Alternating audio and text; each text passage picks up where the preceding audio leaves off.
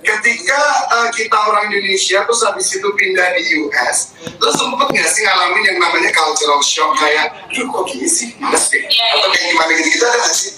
Enggak sih. Gue udah tahu jawabannya masih enggak, makanya gue kayak ngapain gue nanya. Kalau menurut gue jangan salah ya, culture gap itu. Jangan salah ya, culture gap itu terjadi bukan cuman antara negara loh.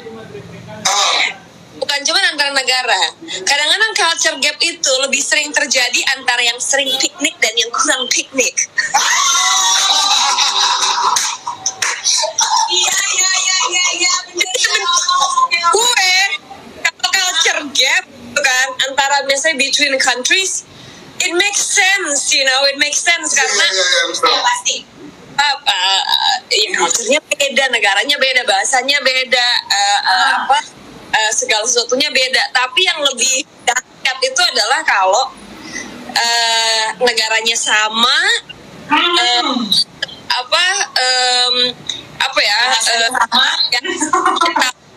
tapi ternyata culture gap itu bisa terjadi antara sama negaranya, tapi yang satu sering piknik, yang satu kurang piknik. Kita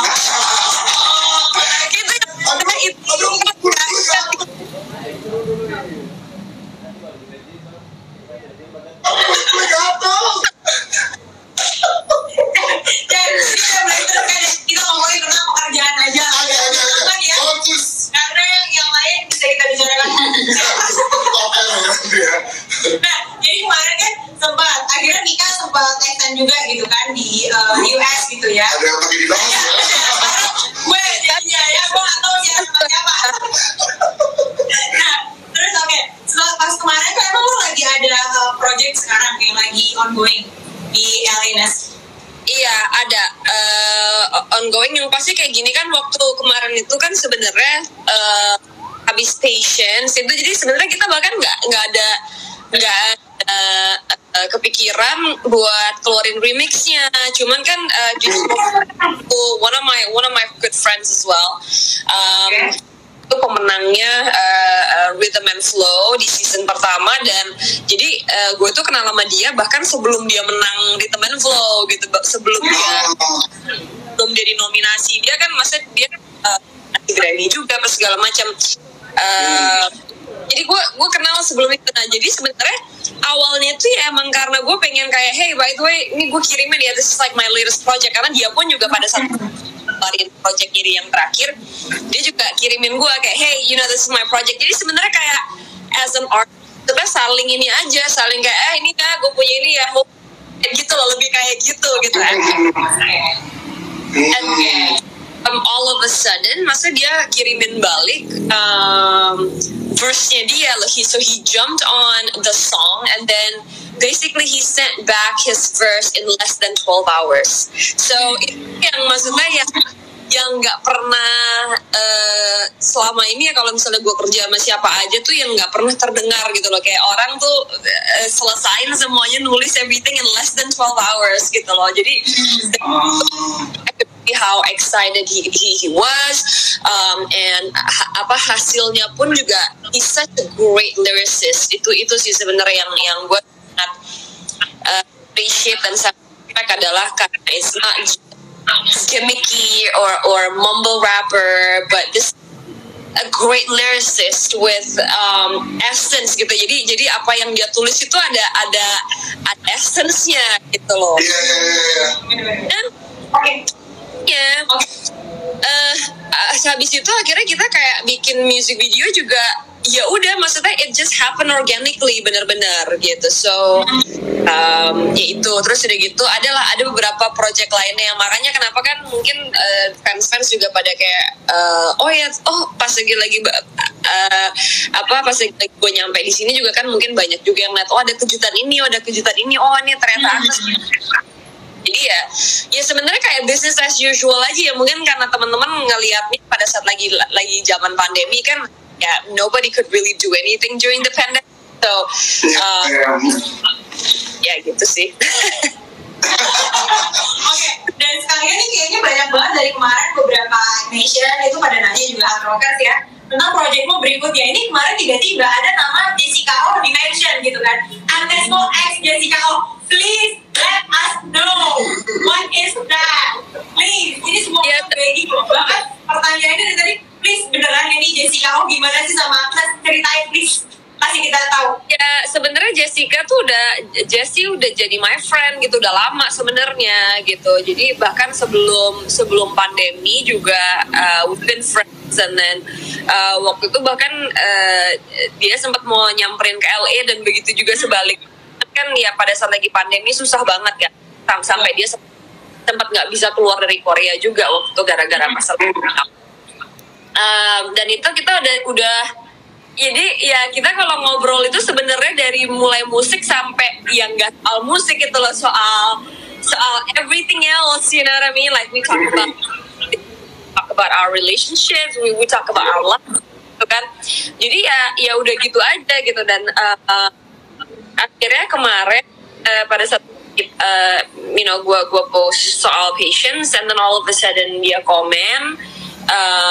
Sebenarnya rencana itu sebenarnya udah lama gitu loh, bahwa emang girl like we gotta do something together itu sebenarnya udah lama, dia udah ngomong itu udah lama gitu. Timingnya aja belum tepat. Terus udah gitu ya yang maksudnya maksudnya dia posting di Instagramnya, dia posting my song gitu, maksudnya show support. Beda negara juga, beda market juga. Just did what a friend would do. Sebenarnya kayak posting, walaupun sebenarnya kan gue juga nggak pernah expect anything ya from a friend. Posting ini masih posting ini, it's just a bonus gitu loh kalau menurut gue. Jadi gue nggak pernah kayak put that pressure on anybody. Tapi ternyata she just did it gitu. Yang ternyata terus gitu tiba-tiba kayak dia bilang, yo did you see that, like did you see the reaction gitu. Jadi ya hopefully Ya oke. Ingin aduh. Oke, Nes, ini kan kalau misalnya ngomongin soal karya, ini ngomongin soal karir, kan gue juga ngefans sama lo dari umur 5 ya, dari umur 5 menyanyi anak-anak. More than 30 years gitu, you've been in the industry. Nah, banyak yang nanya sama gue, yang sebenarnya gue gak bisa jawab, saya lo yang jawab gitu. Jadi, sebenarnya dengan 30 tahun lebih di showbiz, lo pernah gak sih ngerasa ada momen yang namanya burning atau boiling point? Ya kayak kita aja kalau bisa siaran 5 tahun tuh kayaknya kayak udah bosen ya, kayak bensinnya udah habis. Lah, lo 30 tahun manage to be at the top in the industry, itu sebenarnya lo pernah gak sih ngerasa kayak capek, bosen, pengen berhenti, kayak aduh udah enggak deh, kayak gitu-gitu pernah gak sih? Pengen berhenti enggak? Capek tiap hari.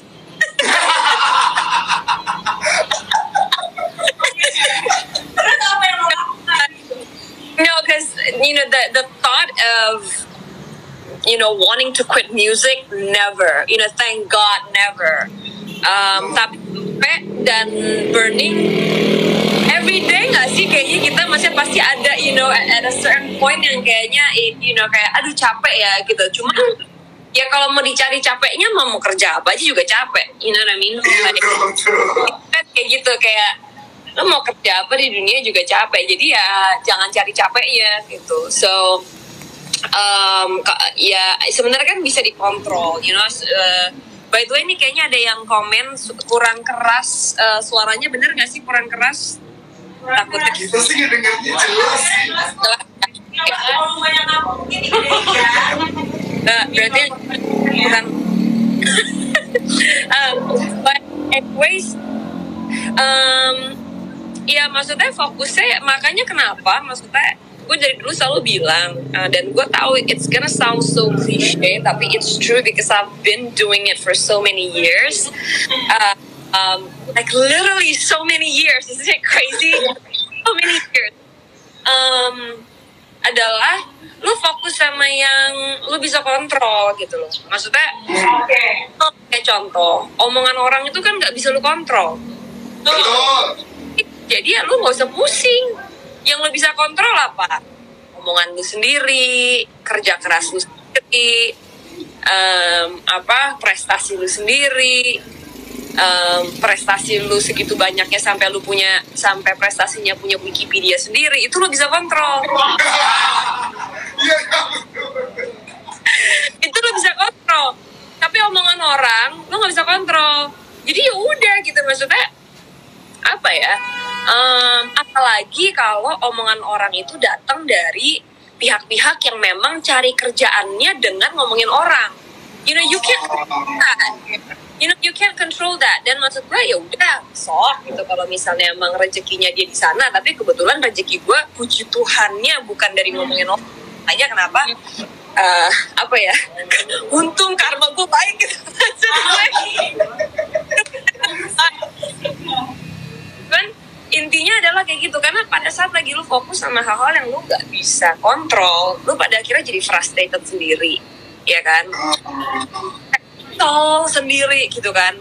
Jadi terus udah gitu, focus on what's real, bukan illusion gitu loh, bukan illusion, like illusion tuh meaning kalau lu tahu fakta tentang diri lu sendiri, and then orang lain mau memberikan ilusi yang salah itu, ya kan lu yang tahu faktanya.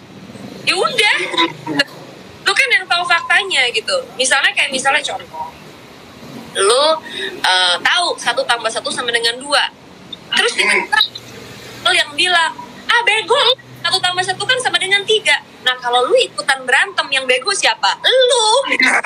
Sendiri dong. Oh iya juga ya. Bener ya. Masuk akal banget sih.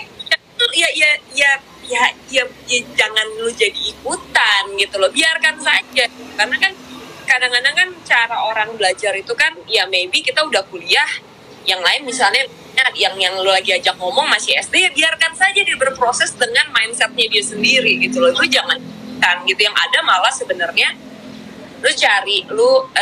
biarkan mereka berproses, biarkan mereka yang sendiri, biarkan mereka terus kecelek sendiri juga, biarin itu proses hidup mereka. Ya nggak ada urusannya sama kita, dosa mereka bukan dosa kita, terus kayak gitu, mereka bukan kita, ya kan, prestasi mereka, prestasi kita juga prestasi kita, jadi fokusnya di situ aja gitu. Makanya kenapa masih banyak orang yang kayak, Mas, lu kenapa sih? Ayo dong sekali-sekali, clap dong for haters gitu. Tapi kalau menurut gua, clap back gua yang paling dahsyat adalah ya Google aja nama gua.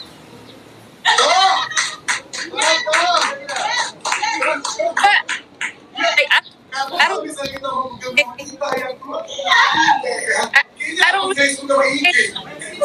like, if I clap back, just Google my name, Google my net worth, and Google my achievements, and there you go. That's my clap back.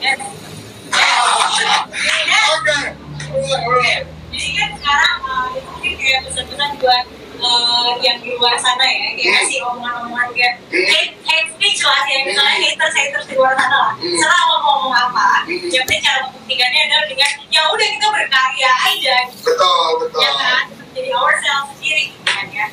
Oke. Dan tahun ini juga kebetulan Anak FM Bali ini punya campaign teman satu frekuensi, Ras. Nah, menurut lo yang teman satu frekuensi itu kayak gimana sih? Temen satu frekuensi, menurut gue temen yang satu frekuensi itu adalah yang punya visi, values yang sama ya, bahkan bukan cuma visi dan misi ya. Menurut gue banyak yang visi dan misinya sama tapi valuesnya nggak sama gitu. Contoh dan misi, orang pengen berprestasi ya, kalau misalnya value-nya beda, belum tentu jalannya kan, artinya jalannya pasti cara ngejalaninnya beda gitu. Kalau menurut gue temen itu yang punya value yang sama, menurut gue adalah orang-orang yang bisa then not only accept you for who you are, but also help you become a better person gitu. And I feel like any additional person that you have in your life should be an addition to what you already have in your life gitu loh. Karena kan artinya jangan pada akhirnya malah jadi drag down, pada akhirnya malah jadi bikin lo jadi tambah jelek, So any anybody, any additional person that you have in your life, it needs to be an addition to what you already have in your life. Addition itu artinya sesuatu hal yang positif, ya, sesuatu yang tambah gitu lah istilahnya. Dan yang paling penting, ini sih sebenarnya terinspirasi dari omongan gue nih sama salah satu teman baik gue juga di sini. Kemarin kita baru ngobrol-ngobrol gitu sama my boyfriend as well and sama dia. Kita lagi ngomong gila ya sebenarnya namanya relationship, any relationship, mau itu lu dari pacaran atau dari temenan. Sebenarnya kalau apa mungkin umur juga atau mungkin kedewasaan seseorang, I don't know ya. Kalau menurut gue itu punya apa ya, kayak satu kriteria yang menurut gue itu tidak bisa diganggu gugat. Kalau yang lain gue masih bisa kompromi, you know what I mean? Like, tapi ada satu hal adalah masalah pada saat lagi, karena gini, kalau orang baik hanya pada saat lagi situasinya baik, semua orang juga tapi perbedaannya antara orang baik sama orang petty atau orang yang masih kekanak-kanakan adalah justru pada saat lagi things are not fun, itu tes. Pada saat lagi things are not fine, apakah orangnya itu sengaja ngomong untuk nyakitin lu atau bahkan atau bahkan sengaja nyindir lu di social media, padahal dia punya nomor lu. Kalau misalnya they don't like you, they can just text you. Karena menurut gue the real definition of a true friend gitu loh. Makanya unfortunately di dunia entertainment, kalau menurut gue mungkin kayaknya bukan di dunia entertainment doang ya, maksudnya life in general, you know, a lot of times God and the universe itu bisa tell you and show you whether dia itu true friend or not. Pada saat you're down, pada saat lagi, you know, things go wrong and then like shit happens in your life, di situ tuh lo bisa ngeliat, you know, temen yang baik itu yang reach out to you atau temen yang sengaja ngomongin lo di belakang gitu. And it's all, you know, it comes with values gitu. Makanya kan, jadi teman satu frekuensi menurut Agnes adalah yang value-nya sama gitu ya. Nah sekarang pertanyaan kita adalah yang toxic diapain? Yang toxic diapain atau yang toxic gimana? Yang toxic diapain? Kalau kita punya teman toxic, ya, karena gue orangnya straightforward sih ya. Gue tuh orangnya straightforward. Makanya kenapa gue nggak suka ngomong orang di social media, karena menurut gue coward, you know, karena menurut gue orang yang ngaku temen tapi terus udah gitu ternyata ngomongin kita di social media walaupun gak nyebut nama tapi nyindir misalnya. relate banget sama kehidupan kita ya. Kalau menurut gue itu coward gitu loh, karena maksud gue pada saat lagi orang udah ngebawa itu ke social media, itu bukan karena dia care, tapi karena mereka butuh pengakuan dan butuh pembelaan atau trying to create something gitu loh, you know, just toxic friend. Ya orang yang maksudnya apa ya, kayak kalau gue tuh orangnya, again like what I said, gue tuh orangnya straightforward. Jadi kalau misalnya gue punya temen, terutama temen baik ya, kalau temen yang bukan temen baik, gue orangnya jujur sangat enggak ya, apa ya, mungkin gue bisa lihat dari jauh misalnya gue nggak setuju, tapi gue nggak judge mereka. Gue juga merasa, you know what, it's their life, you know, dan yang pasti akan air them out on social media gitu loh, karena gue tahu gue sangat tidak perfect, gue masih sangat jauh dari perfect gitu. Jadi tau lah ya orang-orang yang ngomongin di social media itu artinya ngerasa dirinya perfect. Well anyways, terus udah gitu on to the second ini point. Ya sebenarnya kalau misalnya emang dia adalah temen yang cukup baik, ya lu ngomong aja. Lu kenapa sih kayak, you know, what do that, like it's so toxic. Atau misalnya kayak kenapa sih lu mesti kayak begitu, Kak? Karena kadang-kadang ada orang yang nggak sadar loh. Ada orang yang nggak sadar karena mereka kayak ngerasanya kok loh, tapi kan intention gue nggak kayak gitu. Iya, tapi intention doang nggak cukup coy. Ya kan, intention itu cuma tahu lu Tuhan doang gitu. Orang nggak lihat intention, orang lihat action lu gitu. Ya lu kasih tahu. Atau yang paling gampang, kalau ternyata emang dikasih tahu beberapa kali nggak sadar-sadar, Yes. ya udah cari aja temen yang sefrekuensi.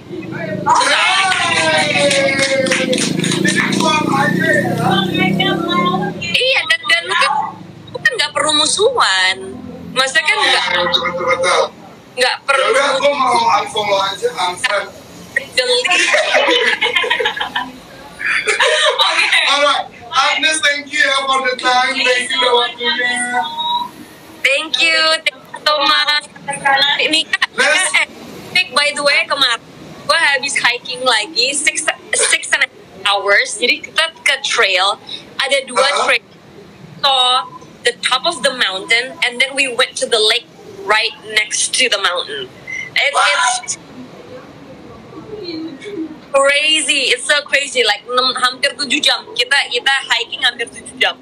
So. Oke, berarti gue mesti kesana lagi ya? Yes. Bisa lah ya, siaran lu di sini ya kan, ya live gitu. Ya udah, Agnes, thank you. Salam buat Goji, Andisen. Oh iya, mana? Ada